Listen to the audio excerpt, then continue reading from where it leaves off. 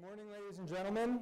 It is about that time, so if I can invite everyone to fix up their last cup of coffee, send that last text message, do whatever you need to do to make yourself fully present and available for our work today, and make your way to your seats. We'll begin in about 2 minutes. Thank you.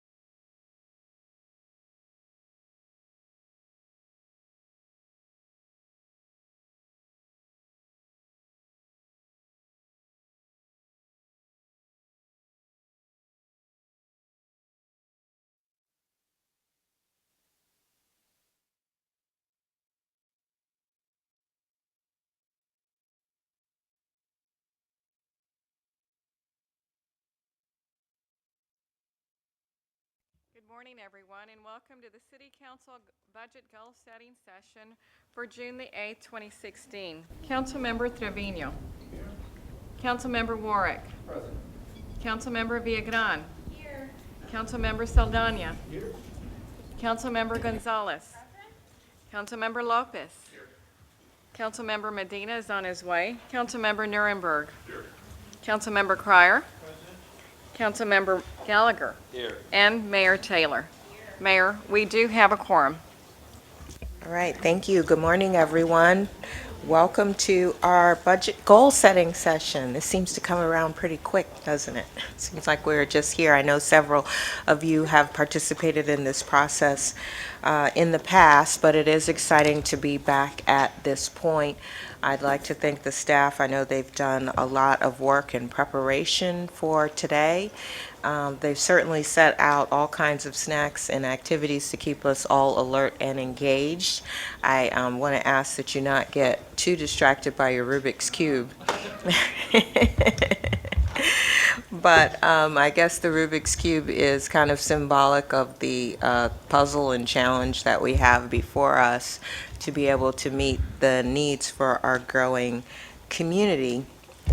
And so today is an important first step in the process for this upcoming budget year, but I would challenge everyone here in the room to not just think of it as setting the goals for this FY 2017 budget, but instead as looking at this as the first time that we have the opportunity to set these types of priorities within the context of a larger planning and growth management effort.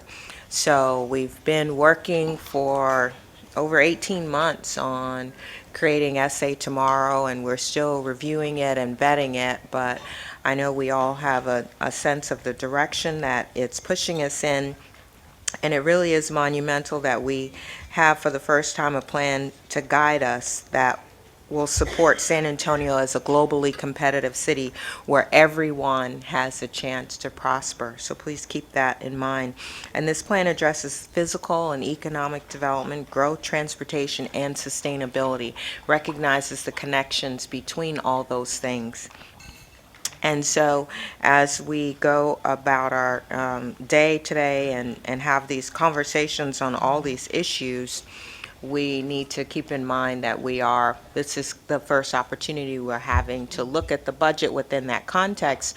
And also we need to be mindful that we are in the early stages of shaping expectations for our historic 2017 bond election, which will be the largest investment that we've had a chance to make in our wonderful city. So I think we're at a great point in our city's history and trajectory as far as implementing the vision, and that process started, of course, back with SA 2020 and getting citizens thinking about what we want our city to be.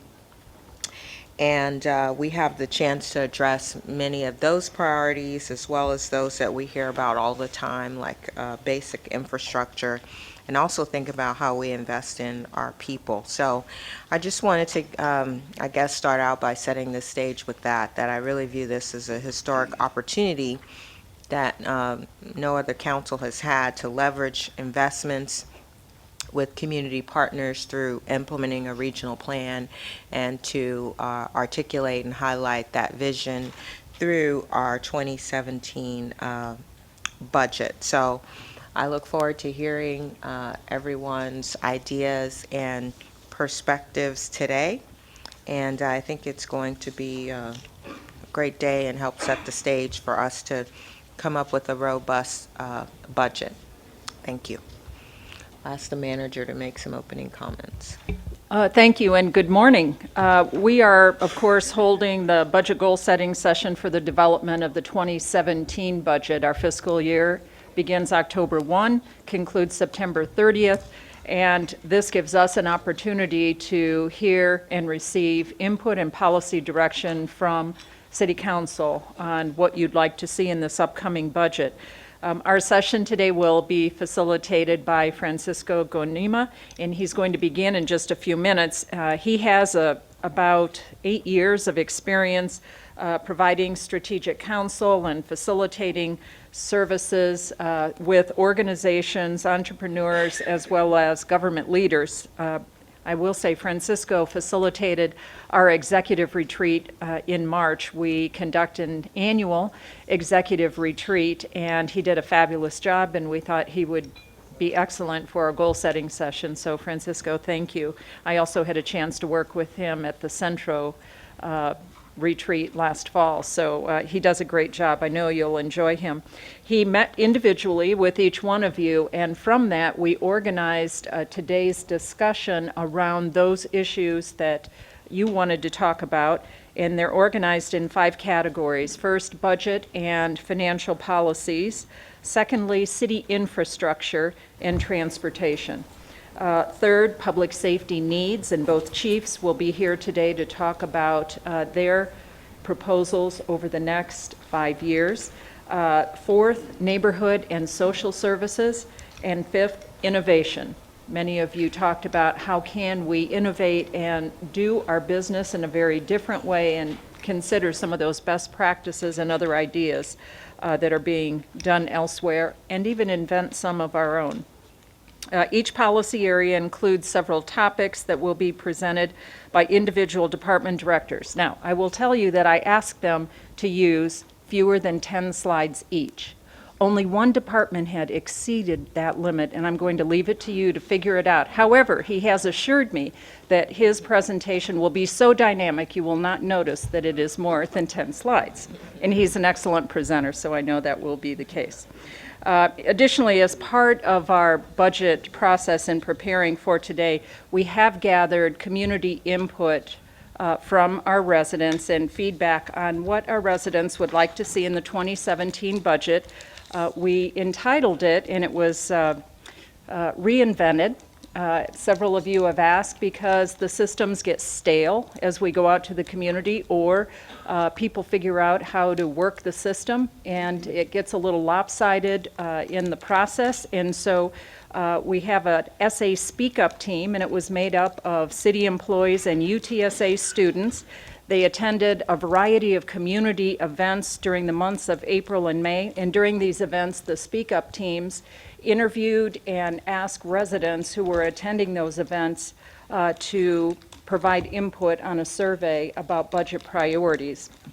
The residents could also complete the speakupsa.com survey, and we provided that through social media, and paper copies were also made available at our senior centers, community centers, and libraries. So we received a lot of input this year. In fact, more than 5,000 responses, which is more than 4 times what we've received in the past. I want to let you know, too, that today is being broadcast through NOWCastSA, and I'd like to ask Charlotte Lucas to stand up and be recognized. Where are you, Charlotte? Oh, where is she? There she is. Thanks, Charlotte, for being here. Charlotte has done this for several years, and it gives the community another chance to hear the council's conversation about budget priorities, and invites them to participate in our budget process as well, and is educational. She's assisted today by Ashley Rodriguez. I think Ashley's behind the camera to my right. Ashley is a San Antonio College student. She graduates this fall with a degree, an associate's degree in applied science in radio and TV, and for the past 2 years she's been a recipient of the Texas Public Radio Scholarship to enable her to be at SAC. We congratulate her and thank her for being here today to help us as well. So, yeah. It's a historic day for women, so I just had to put that plug in for both Charlotte and for Ashley. So now I'm going to turn it over to Francisco. He's going to provide a detailed overview of today's agenda, and then we'll get started with the presentations. Francisco? Thank you, Cheryl. Good morning, everyone. Thank you for making the time to be here. I know for any of you, taking a full day to be in these kinds of conversations can be difficult to do, to pull away from all the other things, as well as tedious. So enter the Rubik's Cube. All right, it is definitely there to help you work out some of the nervous energy as you're sitting still for 8 hours. I tell you, as an adult learning professional, you figure out real quick that a good gadget in front of people can actually help rather than hinder focus, because I'd much rather have you during the course of the day tinker with the Rubik's Cube as you're listening thoughtfully to what's being said than turning to your gadget and turning your focus outward and away from the room. But as the mayor said earlier, and you took my spiel, Mayor, right? that really, as we thought about and did the interviews, I had the opportunity to spend time with each and every one of you and get some insights as to where you see the focus for the city being and where you'd like to see the budget prioritized. And one of the things that we have to recognize, and that I'm going to challenge you on as we go through the course of the day, is that while in other years there has been a budget surplus, that is not the case this year. That is not the forecast, right? That we're talking about finite resources, and just like a Rubik's Cube, everything has to come from something, right? Any adjustment that we make, any priority that you advocate for and that you try and persuade and engage your peers in putting their support behind has to come from something else, right? There's not the opportunity to just say, well, let's do more over here. Great, we can absolutely do more over there. But each one of you will in turn have to articulate where that's going to come from, right? What must we do less of in order to do more of something else? So just like a Rubik's Cube, every move you make has implications for everything else. But with collaboration, with thoughtfulness, with listening, right, we can try and arrive at a balanced whole that brings it all together. And that's what we're going to try to do for the course of the day today. So a little bit in terms of process, as Cheryl already told us, the agenda that you've got in front of you is in fact your work. right? That in essence, we arrived at the sequence of items that we're going to look at today as the sum of my accounting back to the city team of what you told me was important to you and what you really wanted to hear about and what you really wanted to talk about. So as we go through the course of the day, we're going to go through a sequence of interactions. I wanted to make sure that you didn't wait until 2 o'clock in the afternoon before having our first lively conversation. So we've broken the day up into a series of key focus areas, right, policy areas. And so as we go through, we're going to hear a sequence of briefings from the Key City staff on issues that you asked for, items that you said, I really want to talk about this, I really want to hear about this, right? And then at the end of each area, we have a solid half hour to really engage in some conversation around that.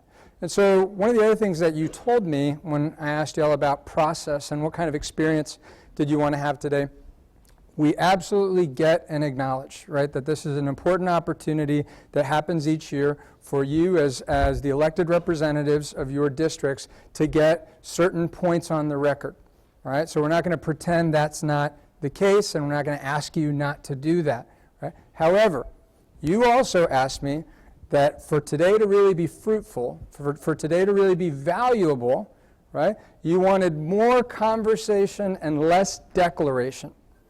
All right? So as I asked many, I believe all of you, but I may have missed it in one or two, but we talked about, and y'all requested that we actually enforce a 3-minute limit on comments. Okay, so Melissa Castillo over here will be our timekeeper for the day. And the way that we're going to operationalize that is that we want y'all to have rich conversation with one another, right? So it's not going to be a 3-minute time limit on exchanges. But from the moment any one of you hits that button, Melissa's going to be keeping time over here. So Melissa, can we demonstrate? Right. So we want you also to have an opportunity to organize your close, right, if you are getting close to time. So the way that it's going to work is that Melissa is going to give you a signal at 2.5 minutes. Right? So similar to people to be heard, it's a 3-minute time limit on any one person's comments. Right? Now, if it's a conversation and you've got more to say later, you can, right? So it's not simply that's the only chance you get to talk about that, but we're trying to limit declaration, right? So that we can hold time and make time for conversation, exchange, right? So at the 2.5-minute mark, you're going to see Melissa hold up the yellow card, okay? And the yellow card is your cue. You've got 30 seconds to wrap it up in brilliant Demosthenes and the Athens Forum fashion, right, with some rhetorical flourish, right? But when she puts that card down, that means you are now over time, right? And so the point at which she puts the card down, I'm going to come up and very elegantly and playfully bring you to a close. So if we can score some bonus points for the people that are able to do the best job, like closing strong, and then we can get back into the conversation. Does that work for everyone? Are we in agreement with that? If I get a thumbs up that you're willing to work within that? So mostly thumbs, we'll go with it. So then to that end too, our goal today is consensus, not unanimity. Right? Certainly we know that you're all passionate representatives of your constituents. We know that all of you have key priorities that are of particular interest to you and your constituency.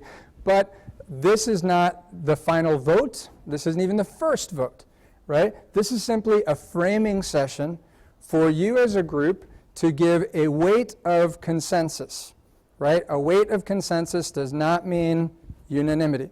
It simply means that on any given matter, question, I as the facilitator have been entrusted to read the room, right? To read the table and make an assessment of whether there's really a critical mass going in support of a particular direction. And so at that point, I will tell you that, right? And if you, and the question, my training as a facilitator comes from the National Civic League, San Antonio, very proud All-America city. So the National Civic League also does a lot of public process facilitation for community crisis and visioning and things like that. So I got some great training for those guys. And so one of those things that we did at the Civic League is really pose the question, can you live with it? Right? Can you live with it does not mean, is this the way you would have it be? Can you live with it means, do you recognize and acknowledge that the room has spoken? Do you recognize and acknowledge that the weight of the group supports moving in this direction, right? In the spirit of moving the work forward. So as we move through that, we're going to have that exchange opportunity for Q&A. We've got our batter's box up here, our deck, where the given speakers on any given issue area are going to be both before and after their comments, so that once we open it up for discussion, if you want to hear more about a particular thing, or if you have a clarifying question, then we'll have them ready and available to pop back up and pull up whatever you need and speak to that point, right? And then we'll have that exchange. And what we'll do as we go through the day is that I'll be working with some of the staff that's supporting us to try and start doing a synthesis of where the group's energy is going and where there seemed to be a lot of support, so that by the time we get to the afternoon session, right, the late afternoon, so when we come back from the afternoon break at 3 o'clock, we'll present to you a opening sequence, right? So in essence, we'll take the items and issues that we've gone throughout the day, and we'll be keeping tabs on the ones that really seem to have the weight of the room behind them as we exchanged thoughts and conversations on each of them throughout the day. And then the last hour and a half of our work will be y'all in a conversation with one another, facilitated by me, to arrive at a sequence, right, of weighted priority that you feel good about, that you feel reflects the honest consensus of the room. And so from that standpoint, as y'all said to me in more than one case, I'll feel good that we got our work done if by the end of the day we have a rough list that we can walk out with that says this is going to be the mandate that we give to the city staff to then go design a budget against to present to us back in August. Right? So that's what we're up to for the day. I'll tell you what, in addition to the now 9 years that I've been in private practice, prior to that, I was a disaster officer for the Red Cross for a decade. And so for me, I love a hot room. I love a hot room. So I come to this conversation excited and hopeful that we'll get into some passionate exchanges today, right? That my belief is the role of a great facilitator is not to keep a polite room, not to keep a polite conversation, but to allow you in great conditions for you to lean into the difficult conversations productively. Right? So my goal today is not to stifle conversation, but rather to support it and amplify it, help you all really lean into one another, lean into the complexity of these very difficult things, and come out at the end of the day in a different place than where we all started it, in the service of the people of San Antonio. So if that works for you, then we can look at our agenda. As we said, we have a series of the issue areas that we'll be going through. We open with budget, financial policy issues, and kind of the budgetary framework for what's going on. We have some presentations within that. Then we're going to go to a break, and we come back to city transportation and infrastructure. Certainly across all of the interviews that I did, this was the area that had the most interest, the most energy behind it. And so we'll go through these item by item, and then explore a little bit about where you see the priority there. Then we go into public safety, and we'll talk about police and fire and what's going on and what you'd like to see as the priorities and needs there. Then we break for lunch. From a matter of housekeeping, lunch will be right here next door behind the beautiful paintings of the missions that we've got. And then also housekeeping. The restrooms are just beyond that. So at any time, if you need to use the facilities, please go past the lunchroom and turn left, and you will be at your destination. Then when we come back from lunch, we dive into neighborhood and social services, talking about delegate agencies, animal care services, World Heritage, Tricentennial, air quality. And then finally, we have our other policy issues.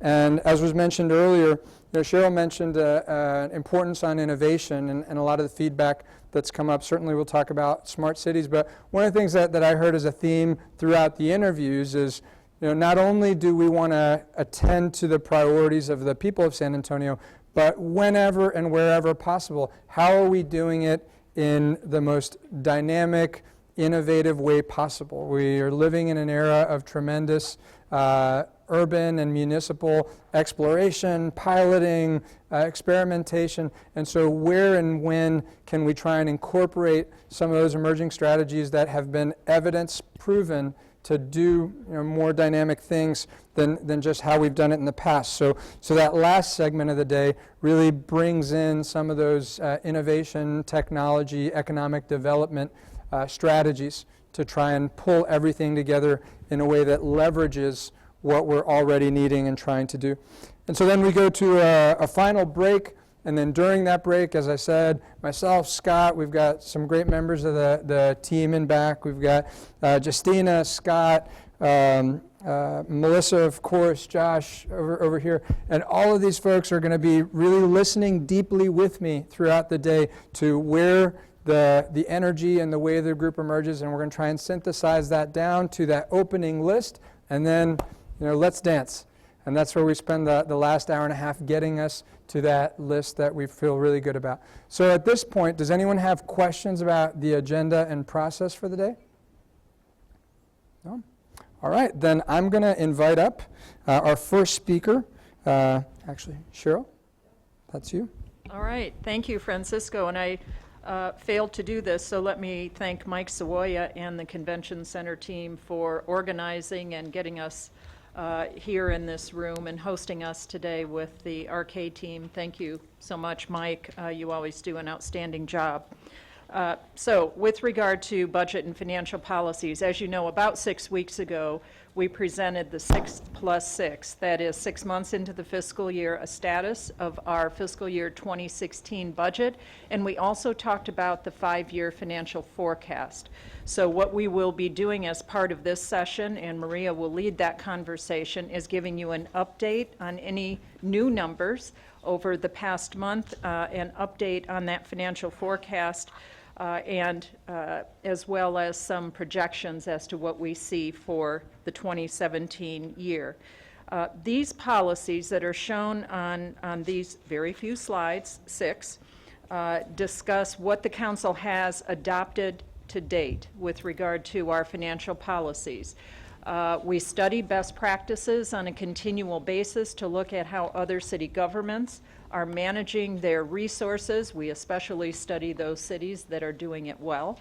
And we talk with our rating agencies as well as meet on a very regular basis to maintain a balanced budget. Our budget is balanced today, and we want to ensure that we have prudent financial management, as we're showing on the slide, to ensure that we are safekeeping and best managing the taxpayers' dollars.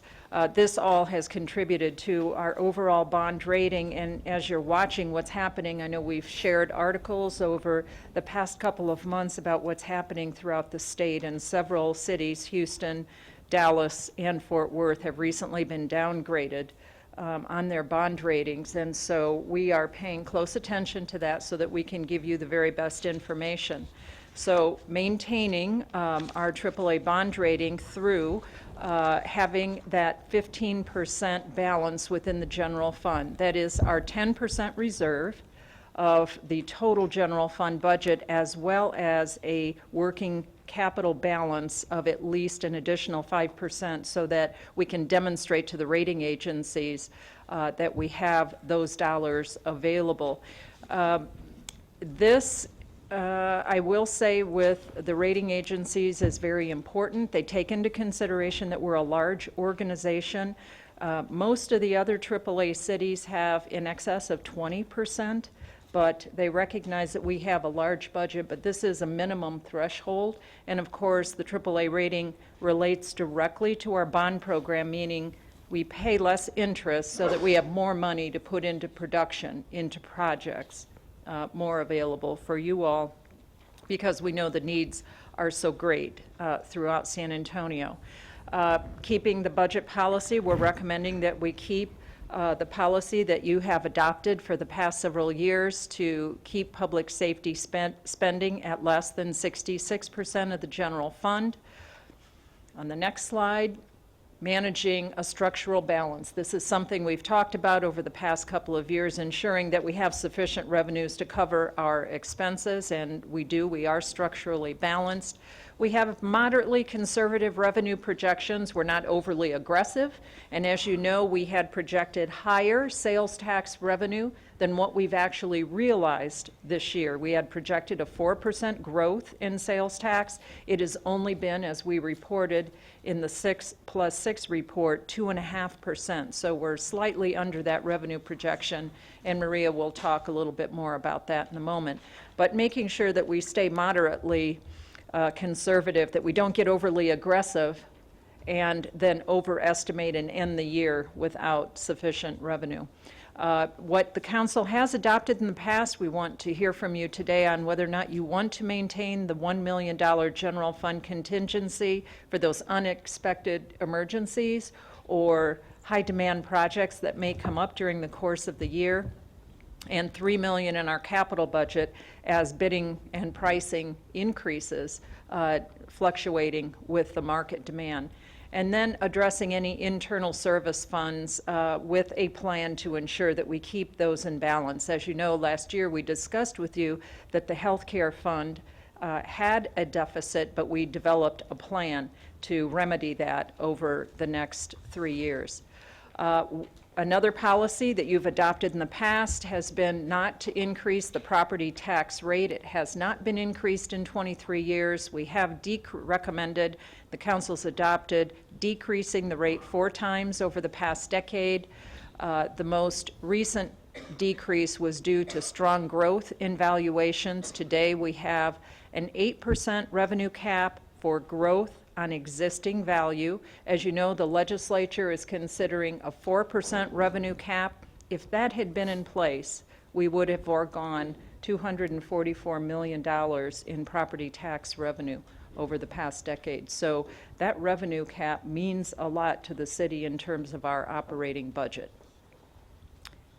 That's it on the financial policies. And next, I think, so we want to get through the budget conversation and then have dialogue with the council. Next, Jeff Coyle is going to talk about the input we received from the more than 5,000 residents through our community survey process, Speak Up SA. Jeff? Good morning. Thank you, Cheryl. Good morning, Mayor and Council. A little bit of history is warranted here. Prior to about a decade ago, the city did very little, frankly, of gathering public input prior to the development of the budget. There were the 2 public hearings that were held in the council chambers once the budget had been proposed to the community, but that was the extent of it. And as you know, over the past 10 years, there's been a real concerted effort to go out to the community on the front end, get their input, and then present the budget to the public on the back end for feedback before adoption.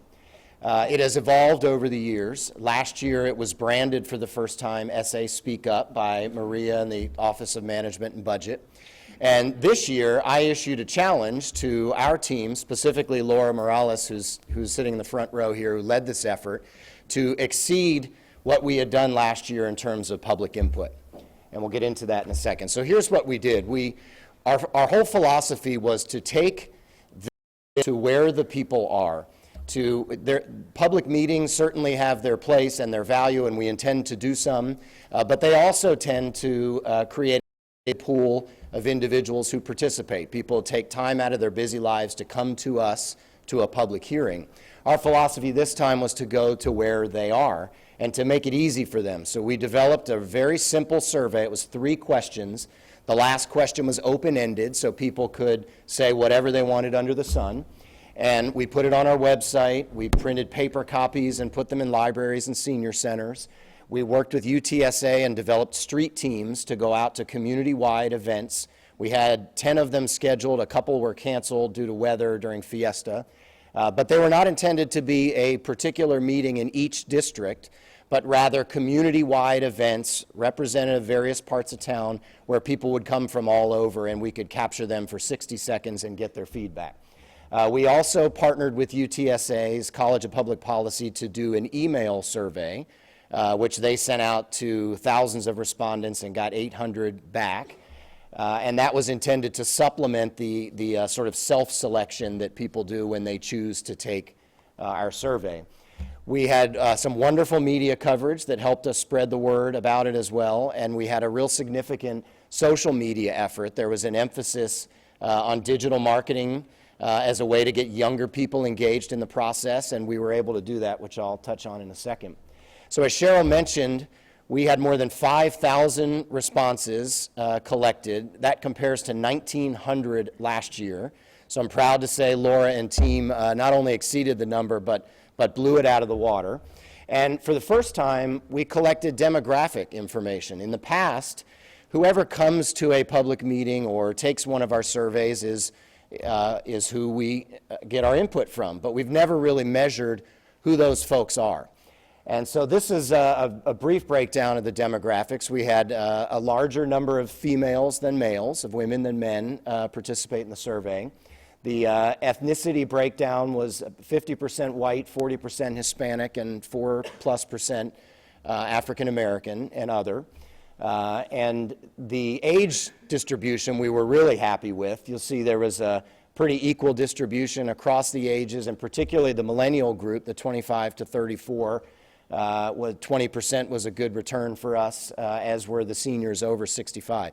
None of this is to say this was a perfect distribution representative of the community, but it was our first effort to gather this information and understand who's weighing in, and it will allow us to use that data to improve our process going forward.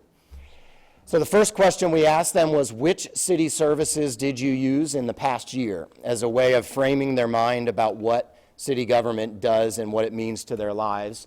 Not surprisingly, the top 5 or 6 answers were as expected: streets and trash pickup, sidewalks, parks. The airport, surprisingly, came in at 5th. More than 50% of the people who responded said they'd used the airport in the past year.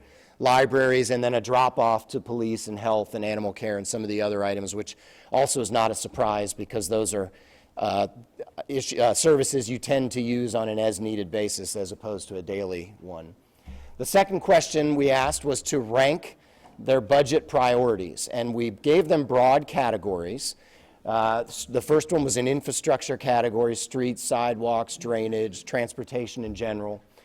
Public safety we defined as more police officers and firefighters, not a debate of benefits and pay. Neighborhood services was animal care, code enforcement, libraries, human services, economic and workforce development, and parks and rec. And this is how they shook out. So like last year, streets and infrastructure was at the top of the list, followed by more fire and police, followed closely by neighborhood services, and you see the breakdown. Now those categories were very, very broad and general. We recognize that. So we also gave them an opportunity to provide open-ended answers, and we got everything from pay your teachers more to build the train to Austin. It was everything you can imagine. For the purposes of reporting it, we've categorized them, and they're in a written report that Laura has that we can distribute to you at the break. But suffice it to say, we will take all of those individual comments and distribute them to departments. So even if they don't fall into a big category that rose to the top as most highly cited, there are still opportunities for service improvement and for budget consideration for our departments. I'm happy to answer any questions. Thanks.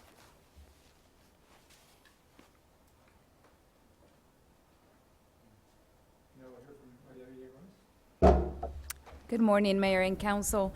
My presentation is to provide you with an update from the 5-year financial forecast that we presented to you on May 11. So the total city budget of $2.5 billion comprised of our restricted funds, capital budget, and the general fund. Today's update is focused on the general fund, since most of the discussion that we will have on the agenda today is around our general fund budget. Just a quick overview of the general fund. The 2016 budget is $1.1 billion. The major revenue sources that comprise the general fund includes our property tax, 27%, our CPS revenues, 31%, sales tax, 25%, and other resources, 17%. Most of these resources today are invested in our police and fire departments, $730 million, which represents about 66.5% of the total general fund budget. The balance of the general fund, about 33%, is allocated to 22 different departments and services of the city, including streets, parks, human services, the library, municipal court, code enforcement, animal care services, health, the libraries, and the administration of the city, to mention a few. So on May 11, we did a detailed presentation to the council of the 6+6 financial report, which is the second quarter status report of our financial performance for the year. The budget was balanced that day and is balanced today, and we anticipate that it will be balanced on September 30th. What I have to report to you today, since March, the only revenue that we have seen some challenges with is our CPS revenue due to the mild weather that we have experienced since our presentation to you in May. We are watching this very closely, and when we present the proposed budget to the council on August 18, we will have recommendations if there are declines in this revenue source to maintain the general fund balance for 2016 and for 2017. This unusual weather, from what we understand from the experts, is unusual and is not anticipated to continue into 2017. So at this point, we do not anticipate any changes in our projections for fiscal year 2017. The slide that you have before you is a summary of the 5-year financial position for the general fund. So let me go over this graphic in just a few seconds. So the blue bars represent the projected expenditures to maintain the current level of service that we provide to the community today. The orange line represents the total available resources that we have, all of our revenues, to support those services within the general fund. So as you can see, we have sufficient resources to provide the same level of service that we have today for the next 5 years. That means that we are structurally balanced for the next 5 years. I want to point out to the council that the financial forecast that was prepared on May 11 reflects the evergreen costs for the police and fire collective bargaining contracts. We are providing funding to fill all uniform vacancies that we currently have in the police department. We are not including, though, any new additional positions over and above the authorized counts that we have today, but there is funding in the forecast to fill all of those vacancies. So in summary, the financial forecast is balanced. We're structurally balanced.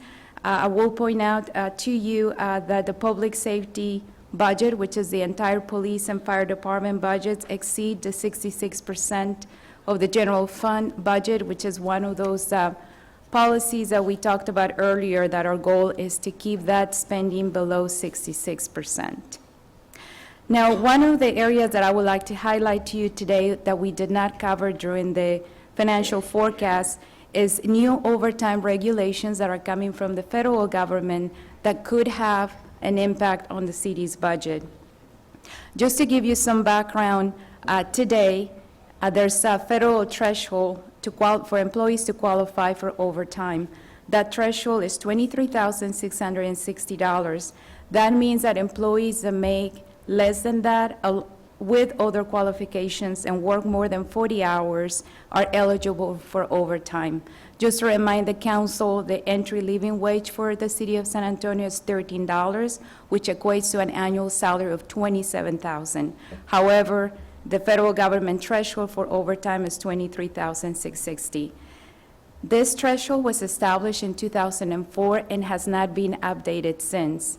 So in May 2016, the federal government announced that they are increasing that threshold to $47,476, which is more than double the current threshold. So what does that mean to the city of San Antonio? So I'm going to give you a real-life example. In the budget office, for instance, an entry-level budget analyst makes $45,000. So today, they are not eligible for overtime because they're professionals. So with this new regulation, they would be eligible for overtime For instance, during the budget season that we tend to work extended hours.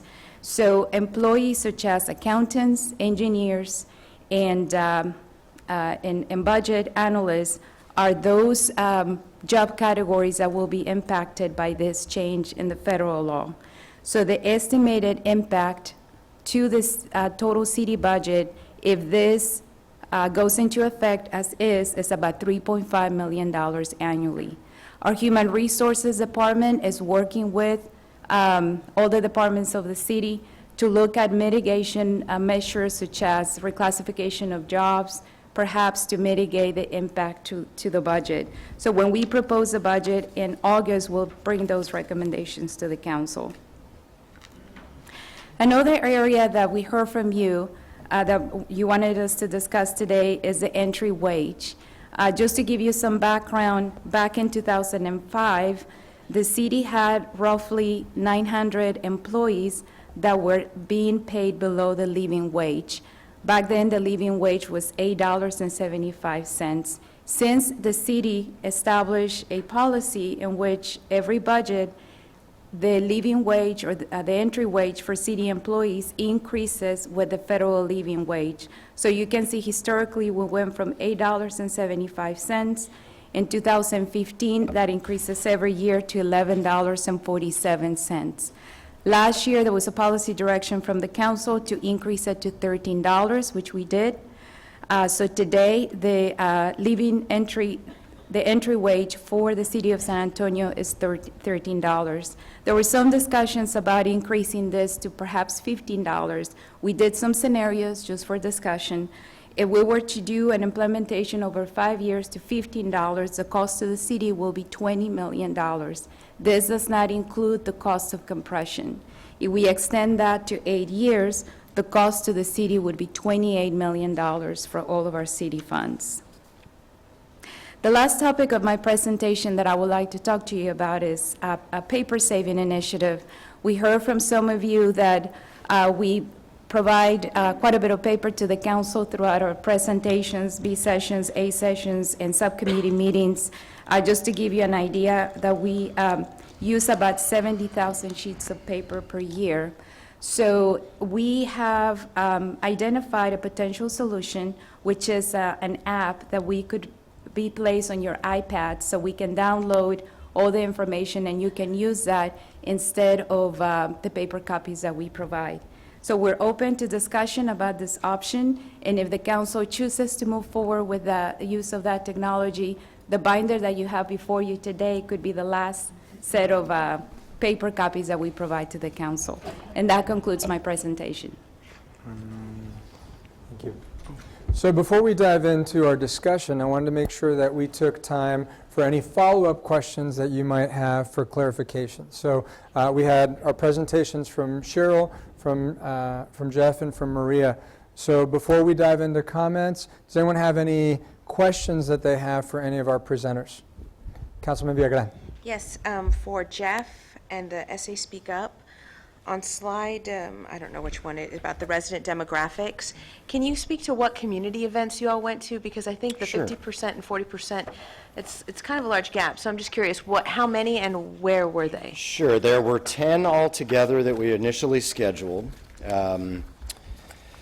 They were the Race for the Cure, the Deco Arts District, Fiesta in San Fernando Cathedral, Movies in the Park in Lockwood Park on the east side, First Friday in Southtown, Pearl Farmers Market, Movies in the Park in Mission Drive-In in your district, 5K at Port San Antonio, the Conjunto Festival, District 5, a Loop Mixer, which was a young professionals group, and a UTSA block food truck park, which actually was canceled due to weather.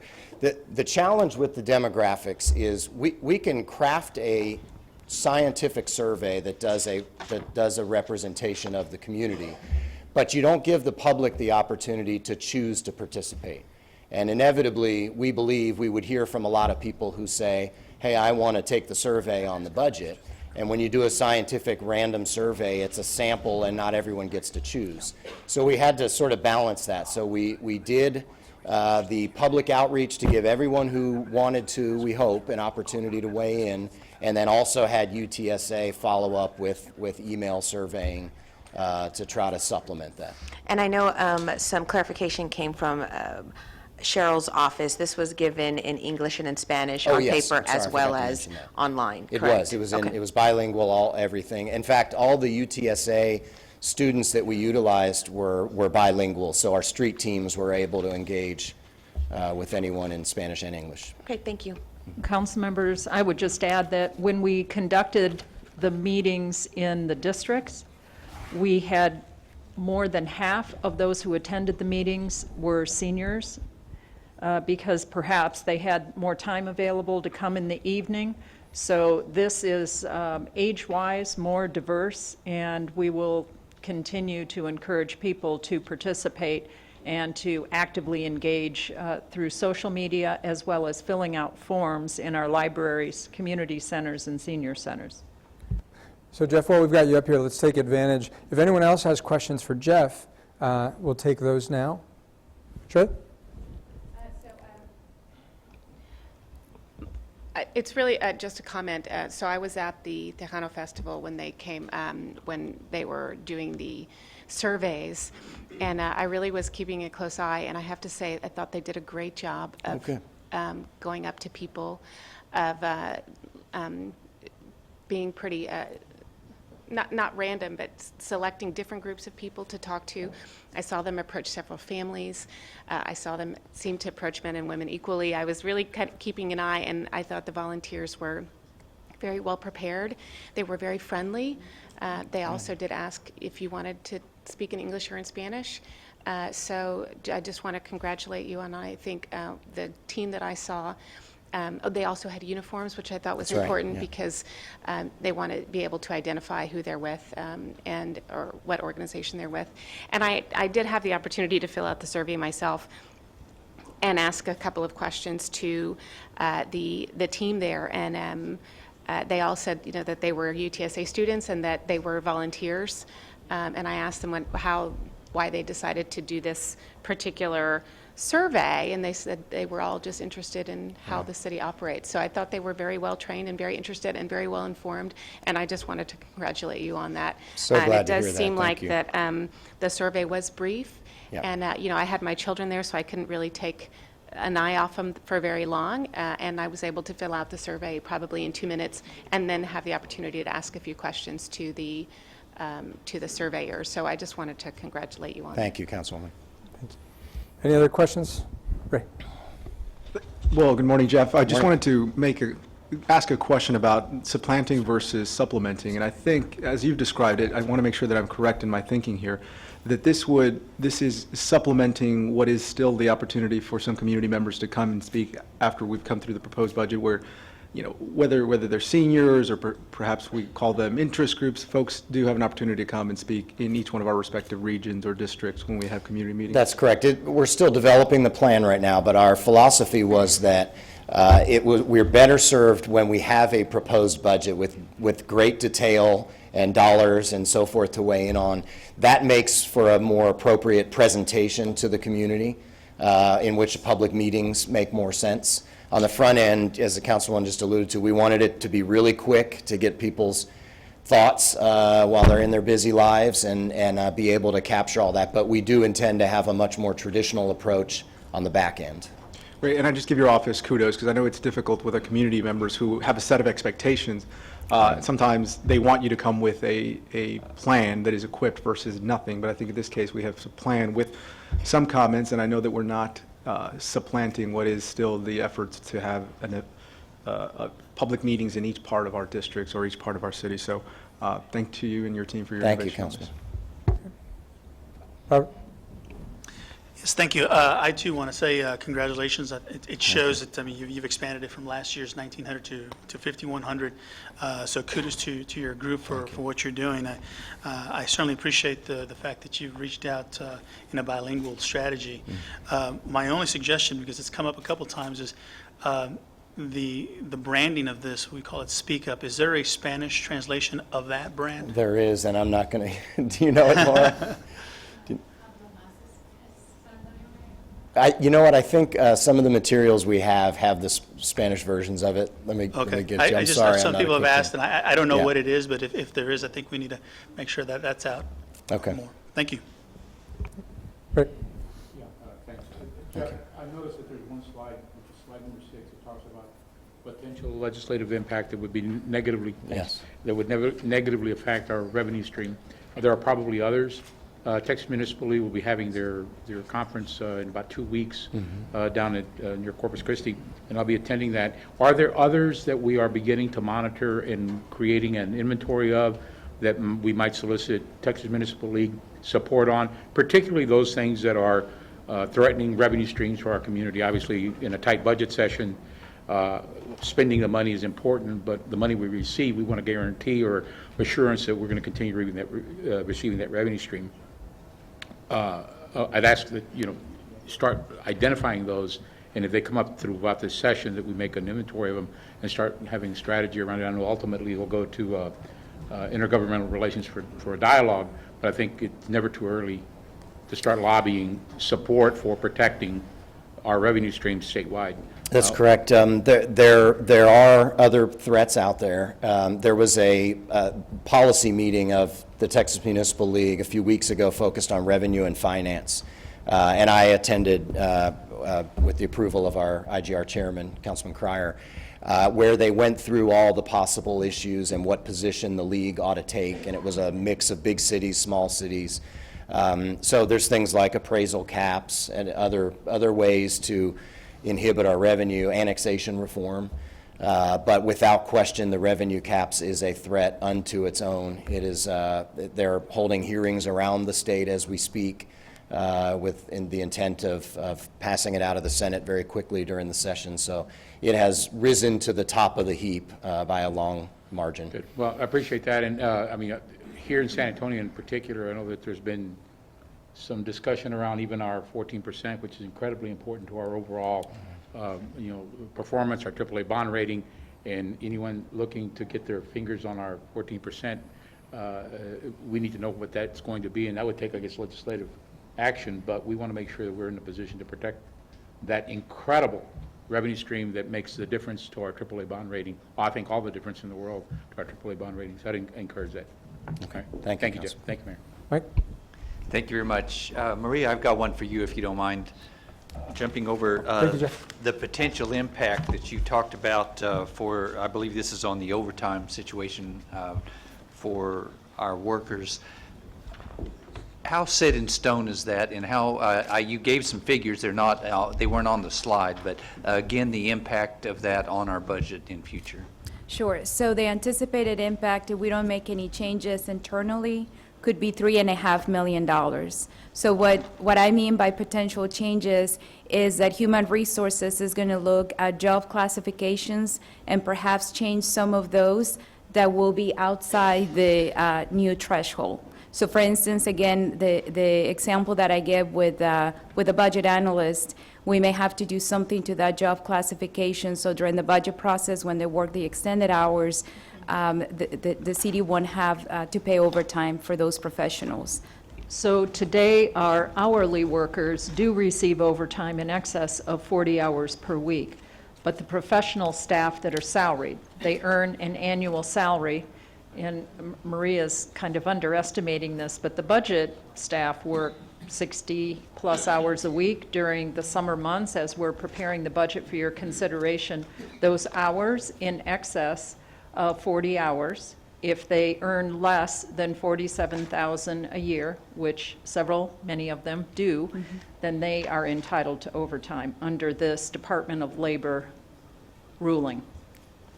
And I guess that's really where my question comes in. It's a Department of Labor ruling right now. Is it indeed etched in stone that this is the way that we're going to have it in future? Yes, it is, Councilman. And it goes into effect December 1 of 2016. December 1 of 2016. So Yes, sir. I think we all need to be prepared. And I think you have been optimistic on what that exact impact is going to be. I think it's going to be much larger than what we think right now. Thank you. Sure. Maria, while we've got you there, let me ask a follow-up on Councilman Gallagher's question. I was under the impression that that was the result of a presidential fiat by Presidential Obama, not by the Labor Department. At least that's the way I read it in the newspaper repeatedly. So the Labor Department, just on its own hook, announced, hey, we've decided to double. It's with the president's support. The Department of Labor reports to the president, so.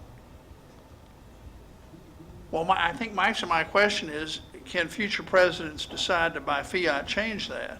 I cannot answer that. Jeff? You would think, yes? Yes, if it's in, of course, as Cheryl mentioned, the Labor Secretary is appointed. If there was direction to, if it's an agency regulation, they can certainly undo it and go a different direction in the future, yes. Okay, thank you. My other question, Maria and Cheryl, is this: the AAA bond rating has become the holy grail of this organization, which is once acquired should never be tinkered with or lost, and I don't disagree with that. But my question is, if the voters authorize a $750 million bond issue, Councilman Lopez, you've articulately talked about the politics of that for a long time. And if, before those bonds are issued, the rating agencies, for whatever reason, decide to lower our rating, number one, what would be the most likely lowering that would occur? And number two, what would be the cost of that in increased interest costs? I realize you can't give me an exact number, but roughly, what would be the increased interest costs of that over the period of those bonds? Ben, you want to step up, talk about how many basis points you'd estimate? We've actually given you this number in the past, just to estimate. We don't know exactly what that would be, but Ben can give you a rough order of magnitude. Good morning, Councilman. What we've looked at in the past is based on $1 billion of debt. If we were to drop one notch, meaning you go from AAA down to AA plus, we think that impact would be about 10 basis points. So the impact on that $1 billion in interest costs would be about $16 to $13 million in interest costs more. Over the life of the bonds. Yes, sir. Yes. It's not very much on $1 billion worth of money. Well, keep in mind that when I talk about $1 billion in debt, if you look at the 2007, 2012 bond programs, they've been well over $1 billion if you add those two together. If you look at some of the other property tax supported debt on top of that, we're probably closer to like $1.5, $1.7 billion. And then you see us refunding debt a lot, so we're going out and refinancing based on the interest market environment. We're able to refinance a lot of debt. So we're in the market a lot. So we extract a lot of value around that AAA bond rating. And then I've mentioned in the past that when you look at things like even this project here at the Convention Center, where that wasn't a property tax supported debt issue, but clearly our AAA bond rating allowed us to put a plan of finance in place to get that project done. It also came and it served great value in the CONRAC financing out at the airport, where again, that's a separate kind of pledge. But our name, that AAA bond rating, and our ability to leverage that in the market had significant impacts on both of those projects. I mean, substantial impacts. So to summarize your point, it would have an impact on substantially more than whatever the voters approve Absolutely. next year. Absolutely. Thank you. Alan? Thank you. Maria? No, Maria. Oh, Maria. Thank you, man. In regards to the slide that you had up with the overtime, how many city employees are close to that threshold to where if we just move them up over the $47,000, we wouldn't have to worry about this issue? 1,300. But they're close enough so that the number that you gave, the $3 million number, is not paying them overtime, it is moving them above the threshold, or mixture? Sure. So the $3.5 million I mentioned is the cost of overtime for those 1,300 employees. So if someone's making $46,000 or $45,000, have we considered just giving them the extra $1,000 or $1,500 in order to? So one of the things that we're considering, as I mentioned, Human Resources is looking at the job classifications to potentially adjust the salaries up. And or consolidate some of the job classifications, like a budget analyst 1 and a 2, for instance. And something else that just came to mind, so based on this new regulation, would that entitle us to overtime as well? I'm We're- sorry, Councilman. We're city Council- employees Well, no, paid. and I'll ask the attorney to clarify this. I do not believe council members are considered city employees. You do now receive a salary, but you're not considered city employees. Just making sure. But you may, perhaps you'd want the Charter Commission to take a look at that. No, I don't, Okay. not necessarily. I was just making sure. So, yes? Is Martha? Okay, perfect.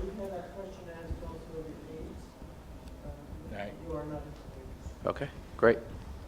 So, but the 3.5, that's just paying people overtime, that's not adjusting their salaries, moving them over? That is correct. So it could be potentially less then? Yes, that's what we're hoping for. Okay, thank you. Rebecca? On this same subject right here, so, because one of the things that I didn't see as one of our policies was about talking about personnel.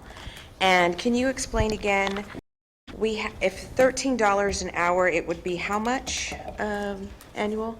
27,000, Councilman. 27,000, so they would be still below, obviously, that. The current threshold is below the entry wage of the city of San Antonio. Right, okay. However, hourly employees who earn 27,000 are entitled to overtime already. Right, okay. We're just talking about, or this Department of Labor rule, it just pertains to those employees who are salaried, receive an annual salary, and are not entitled to overtime today. Right, and you said that those are 1,300? Yes, Councilwoman. Those are 1,300 workers. So, and part of the issue, if we're talking policy too, and city leading the way, is, because I saw a lot of it about our human services and delegate agencies, about workforce development and underemployment. And I think that this could be talking about an issue of underemployment too, with the amount of degrees in education that some of our employees have, but that are not getting, kind of this amount of money, or even $45,000 a year. So that's kind of, that's where I'm trying to have this larger conversation when we're talking about how many in-city employees. And then I just would, I'm saying this right now, I just have a point of pause to then classify them from salary to, are you saying reclassify them from salary to hourly? No, Councilwoman, they will stay on salary. So taking again my example of a budget analyst 1, let's say they make $45,000 today, we would still keep them at that salary classification, but we would have to increase that minimum salary from $45,000 could be to $47,800. Okay. Which is above the threshold. And then it says future updates for every 3 years. So then you're saying in 2020, they would potentially, if whatever happens, in 3 years, that would be reevaluated at a federal level. That is correct, Councilwoman. What we know today is potentially in 2020, that threshold of 47,476 could go up to 51,000. Okay. And the federal government has not allocated any money to this, of course. No. Of course not. Okay, well, I just wanted to have that kind of thought of when we're talking about underemployment in our city in particular, and looking at workforce development, what can we do for ourselves as a city to lead the way in boosting that up? So, thank you. Any other questions? Great. So obviously, this is the foundation, right? We're talking about Ray, sorry. Please. Quick question for our city manager. I know that we've dissected our policy discussions into infrastructure, public safety, neighborhood, and social. Previous years, we've had HR come up and talk to us about some of their issues, each department. So is HR not coming up this year to give a presentation? If you have questions, they're prepared to come up. Okay. They don't have a formal presentation today, but they're prepared to talk with you if you have questions. Well, I just don't want to miss the opportunity to talk about an issue if it's not in bounds to one of the other three categories, but if it was this discussion that, I want to be able to be clear in my understanding going into the budget session about what the implications of the $13, what that currently means, and what a transition to $15. I think that probably deserves a long conversation, so just tell me where that might fit. If it's other policy issues, we'll wait to talk about that. We're not going to make a decision, but I want to be as educated as possible about the implications. And I would say that this is probably the appropriate segment of the agenda to have that conversation. So unless we have any other questions, we can go Talk into that about that? piece. Certainly, yes. Well, Lori Stewart's here if Yeah, so. you're let me- asking for yeah, let me just information get- about that. Let me just get smarter on that before, we're going to go into each department over the next few months, and you all are going to put your heads together. So last year, we created the policy to get to $13, and I think what that puts us at, I heard Maria discuss, is that's $27,000 a year that one will make. And the threshold, what did I see recently? Was that up on the slide that 27 is, for a family of four, was that the number, 23,000 I saw up on the screen as well? Was that a poverty level? Was that a threshold? That was the federal government Department of Labor threshold for overtime, the previous overtime threshold by the Department of Labor. Okay. And how many, we've had this presented to us, so I apologize for not remembering or recalling. How many folks do we have that are classifying under the lowest number, the $13 an hour? I'll let Lori talk about that. She does have some backup slides if you're interested in this. Right. Okay. If I understand your question, last year when we adopted the $13 entry wage, that impacted just over 900 employees.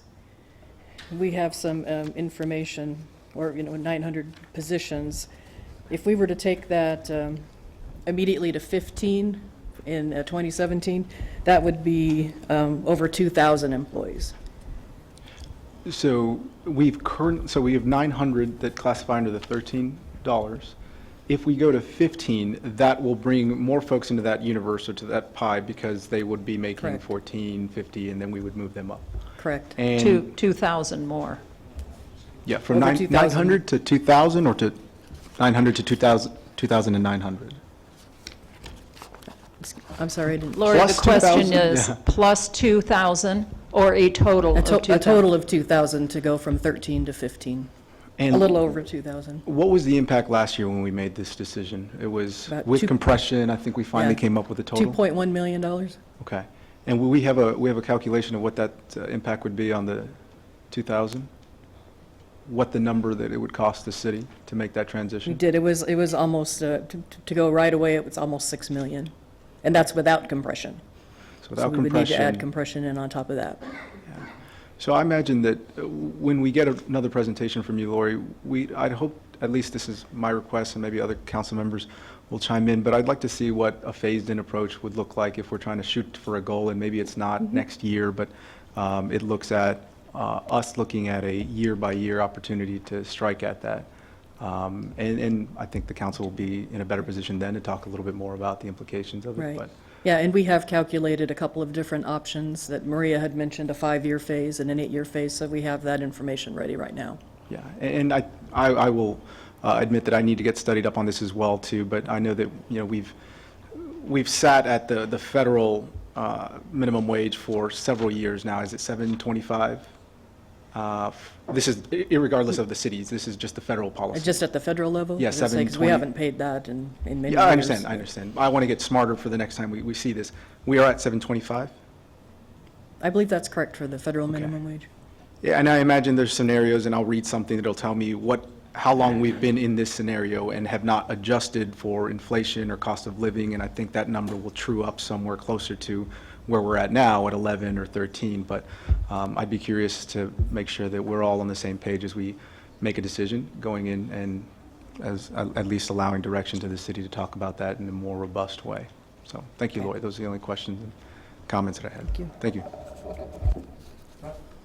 Thank you. And I guess part of that discussion also needs to be what we have committed ourselves to as a council in terms of where we struck the $13. Because I understand the county has something that they've adopted in terms of a phased-in approach. It would be helpful to know what our counterparts at the county are doing, what the budget implications are for that approach. I mean, I think that in terms of getting our city workers to a $15 an hour wage scale is a reasonable goal, but we first have to throw our cap over the wall to get there. So it would be helpful for us to understand the budget implications of different scenarios, timelines, and so forth to get there. But I think the councilman's request is, I fully support that. Thank you. Mayor. Thank you. I had just a couple of comments. I think a lot of my questions on the presentations were answered, but just as kind of a follow-up to a little bit of the recent discussion on wages for employees, I certainly think it makes sense for us to look at a larger picture scenario, kind of going back to some of Councilwoman Villagran's comments. I really believe very strongly that it makes more sense for us to think about making investments in people that allow them to increase their skill and education level and thereby be qualified for jobs that pay more, whether those jobs be with the City of San Antonio organization or in the private sector or other entities. I think really that is the smartest investment for our community, and really takes a broader perspective, because while certainly there's been a lot of debate, discussion about a path to 15, where does that put us 5 years from now? I would argue that those employees would still not meet the pace of inflation and increase in costs and meeting all their daily needs. Where the investment needs to be is in skill development and education. So I hope that as we move forward with our discussions about fairly paying our employees, but also planning for future growth and development of our community, that those types of investments would take priority over getting to some artificial wage level that is being driven by conversations that are happening in other jurisdictions or other levels of government. And I guess let me just, on that note, let me also say, certainly I'm very sensitive to, what it's like to be an employee. As I started out as a city employee and worked for 6 years for the city, and my husband worked 9 years for the city. So certainly understand the scenario, and we want to do what's best for our employees. We recognize how hard they work and what they contribute to our community. But I really believe that for those who are at the lowest end of the wage scale, doing right by them really means providing a platform for them to have other opportunities for employment. And knowing that people, take different jobs in different stages of their lives for different reasons. We can't dictate all that. The other thing those are kind of my thoughts on that area.